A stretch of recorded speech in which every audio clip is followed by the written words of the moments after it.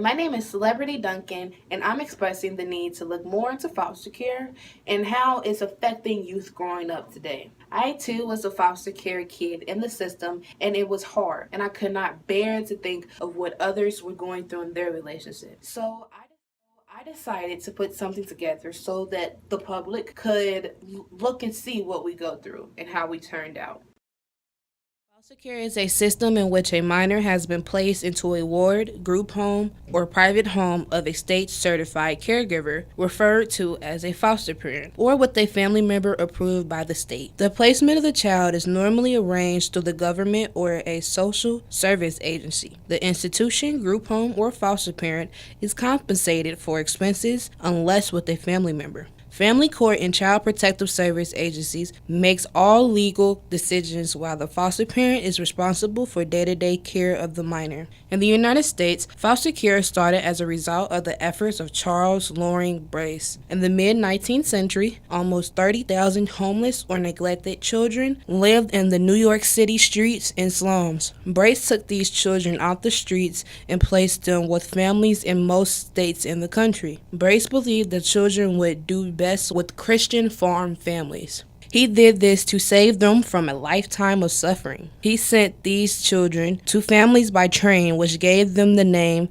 the Orphan Train Movement. This lasted from 1853 to the early 1890s and transported more than 120,000 children to new lives. When Brace died in 1890, his son took over his work of the Children's Aid Society until they retired. The Children's Aid Society created a foster care approach that became the base for Federal Adoption and Safe Families Act of 1997. Called concurrent planning. This greatly impacted the foster care system. Children's Aid works with biological and foster parents to achieve permanency. From the mid-1800s to the eve of the Great Depression, orphan-trained children were placed with families who were pre-selected with an order form specifying age, gender, hair, and eye color. In other cases, trainloads of children were assembled on stages, train platforms, or town halls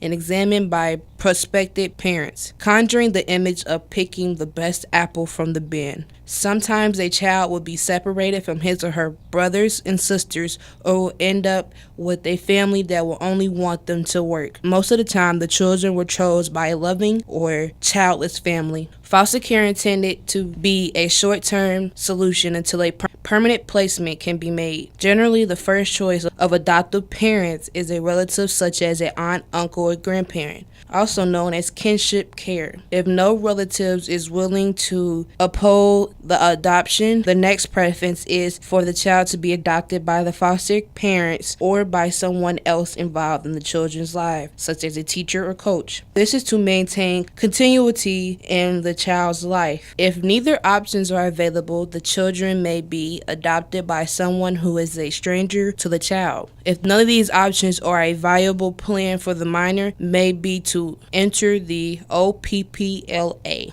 Other planned permanent living arrangements. This option allows the child to stay in custody of the state, and child can stay placed in a foster home with a relative or a long-term care facility, such as a residential child care community, or for children with development issues, physical disabilities, mental disabilities, normally called a treatment center. Now take a look at the foster care statistics and see how children are affected by them as well as teenage/adult, and also see the different outcomes that we have to the public with being the same age and same gender.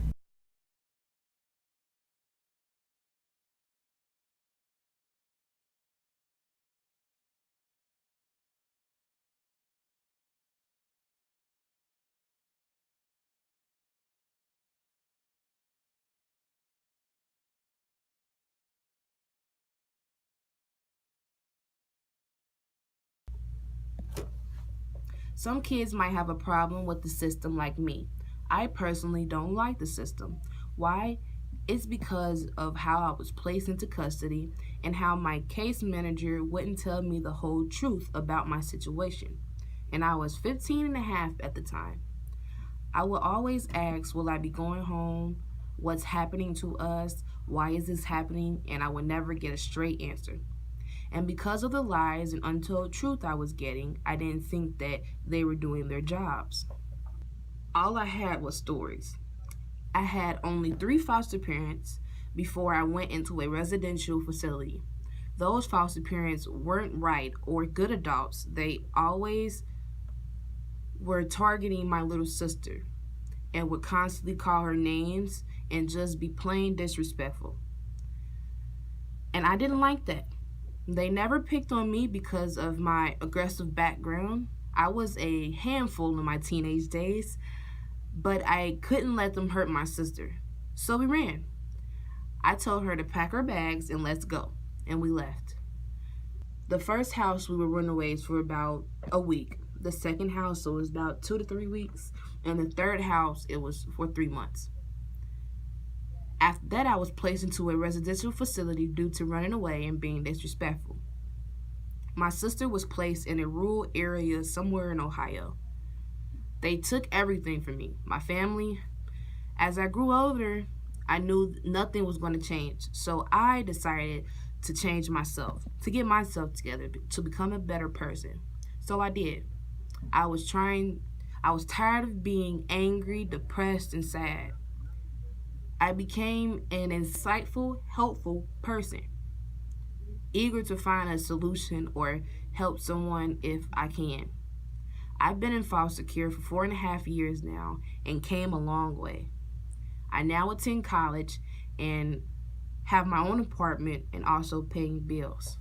I'm learning to be a sufficient adult without a family, and that's okay. I still don't like being in foster care and how I got here, but one thing I can say is that I have learned a lot and understand a lot more. Now, here are some teens that would like to tell their story and give their different point of views on what's happening in their lives. What is your name? Whitney Sandlin. How old are you? 14. How long have you been in foster care? A month and some, a couple days. How has your foster care experience been? Okay. I mean, that's kind of scary, but just because I'm away from my sisters and brothers. What is your opinion about the system and the caregivers? It's not bad. It's not really bad at all. Like, it's not, it don't scare me in here, but like, I mean, it's scary because I'm away from my siblings. Do you have any mental or trauma problems because of foster care? No. How have you managed to be happy or come to terms in your foster care situation? My best friend, Tony. And lastly, do you think they need to change anything? No. Done. What is your name? Ayamani. How old are you? 18. How long have you been in foster care? Approximately about 6 months now. How has your foster care experience has been? It's been pretty cool so far. What is your opinion about the system and the foster caregivers? I think it's a very good system, and I really think that they're trying to put effort into helping kids that's in need. Do you have any mental problems or trauma because of foster care? No. How have you managed to be happy or come to terms with your foster care situation? Because they really put effort into me, made me think that I can do it, and now I can achieve any goal that I put my mind to. Do you think the system needs to change anything? No. What is your name? My name is Antonia. How old are you? I'm 17, about to turn 18. How long have you been in foster care? For going on 5 years now. How has your foster care experience been? Not so good for real.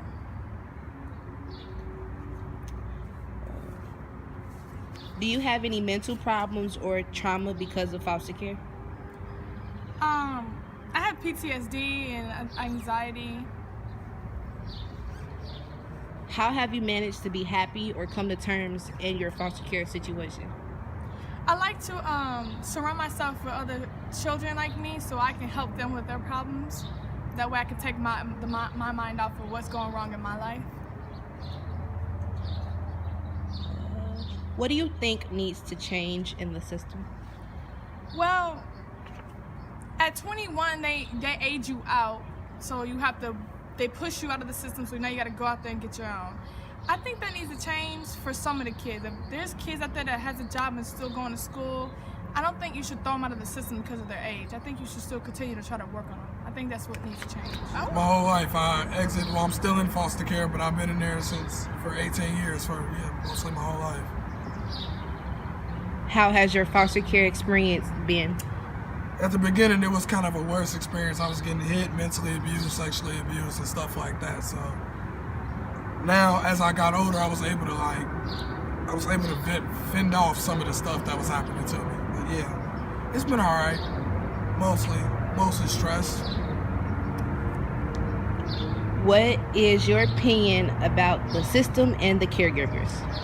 My opinion about the system is, well, it's over 20,000 foster youths emancipated at the age of 18. So about my system, I love the system. I feel like they support us up until the age of 18. It's like us having a parent. Like our parents, they usually, basically the system is our family. That's our parents. I'm tired of them letting us go at 18. Be a parent up until after college. You get what I'm saying? So yeah. I like the system a little bit. Just some rigs I feel like that should be taken away. Do you have any mental problems or trauma because of foster care? I had PTSD. I was mentally and sexually abused, so a lot of that trauma I think about is hard for me to sleep. But honestly, it doesn't affect me like in life all the way though. So yeah. How have you managed to be happy or come to terms in your foster care situation? I just stay by myself and listen to music, and I play football, so it keeps me out of the streets. So yeah, it keeps me away from that environment. Like when I'm on the football field, all I think about is football. When I'm by myself and I'm listening to music, I feel like singing, listening to music by myself. You know what I'm saying? I got my own room, I got my own circle. And lastly, what do you think that the system needs to change to make it better? I feel like they need to look at these foster parents' income and see how much they're making, because honestly, foster parents get paid off of us, so not all the way, but a big chunk of it for their bills and stuff. So look how much that foster parent is making, because I feel like foster parents abuse the authority and take advantage of us because we are worth money. Notice that Perry talks about the foster parents and how some, but not all, only takes kids in for money. This is a big problem because the good foster parents who enjoy kids and helping others are getting overlooked, as well as being put in the category of all foster parents are bad. It's very exciting to have someone take kids in their home and treat them as if they were their own, because kids need that and a comforting place to be when they are feeling blue. On the other hand, this is a problem because the bad foster parents aren't actually wanting to take the kids in. To them, the kids are a check. I feel that people who interviews the foster parents are looking at a mask that they put on to lead that they are good parents or people and are only here to make the kids better. Just because you run background checks and stuff on them doesn't make a good foster parent. I also think that caseworkers need to hear the kids out when they say that they're not right instead of putting it off and saying get used to it. The children are already traumatized by being forced to be taken away from their families, being placed with strangers, and already have experienced trauma in some ways. So what do you need to make foster youth happy and comfortable? Start off by actually getting to know the child and not go off by what the book states that the caseworker gave to you. Create a bond and always keep in mind what they went through and coach them on how to cope with it. Let them find out who they are and just be there with them no matter what. Always tell them positive things and tell them education is the key. Just keep them empowered and always let them know their worth. Every child has been through so much, and that's what we need to take into perspective.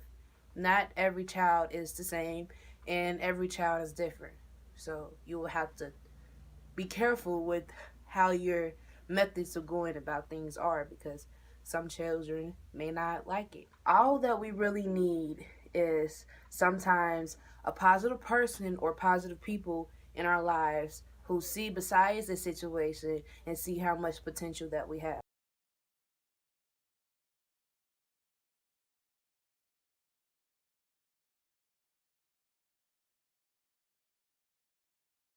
As people and good foster care advocates, we're trying to make this right. So if you want to know how to get help or get involved, please take a look at the website shortly. All you need is to have a genuine heart, an open mind, and love like never before. You don't have to be a foster parent or be a foster care advocate. You can be a mentor, whatever you want to be. I'm just trying to get people to know that there is some situations that needs to be addressed, and foster kids should have a voice in their situation, and they should know rightfully what is going to happen with them because it's their life. But thank you for watching, and I hope you enjoyed.